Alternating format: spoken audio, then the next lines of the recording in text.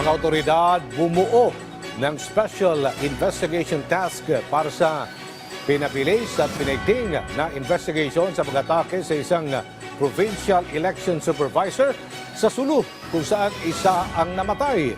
Si Ryan Lesigas sa sentro ng balita.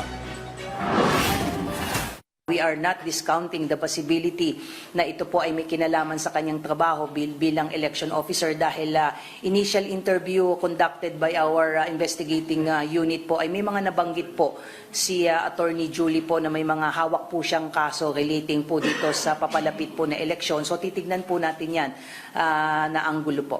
Wala pa ring persons of interest o POI ang Philippine National Police o PNP kaugnay sa pamamaril kay Sulu Provincial Election Supervisor Attorney Julie Vidsfar. Sabi ni PNP Public Information Office Chief Police Brigadier General Jean Fajardo, bumuo na ng Special Investigation Task Group or SITG ang PNP na siyang mag-iimbestiga sa nangyaring pananambang. Sa nangyaring pamamaril, nasawi ang kapatid ng election official matapos tamaan ng bala sa ulo mula sa gunman na riding in tandem nitong Sabado.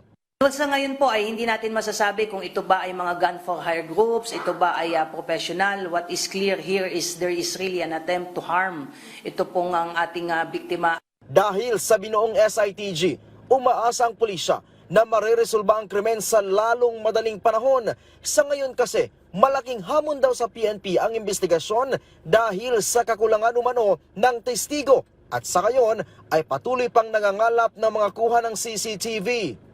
Well, one of the challenges really is yung lack of yung mga eyewitnesses natin na may have been who may have witnessed the actual shooting po. At syempre po, yung mga CCTV po natin ay yung iba po diyan ay mga privately owned po. So kailangan po natin ng permiso po ng mga may-ari po ng mga CCTV po niyan at para po mabuksan po ito. Samantala, inaalam pa kung ang talagang target ng mga suspect ay ang kapatid na dating naging barangay captain o ang mismong election supervisor. Patuloy ding iniimbestigahan ang motibo sa likod ng krimen. Pero kabilang sa tinitingnang motibo sa krimen ay may kinalaman sa kanyang trabaho.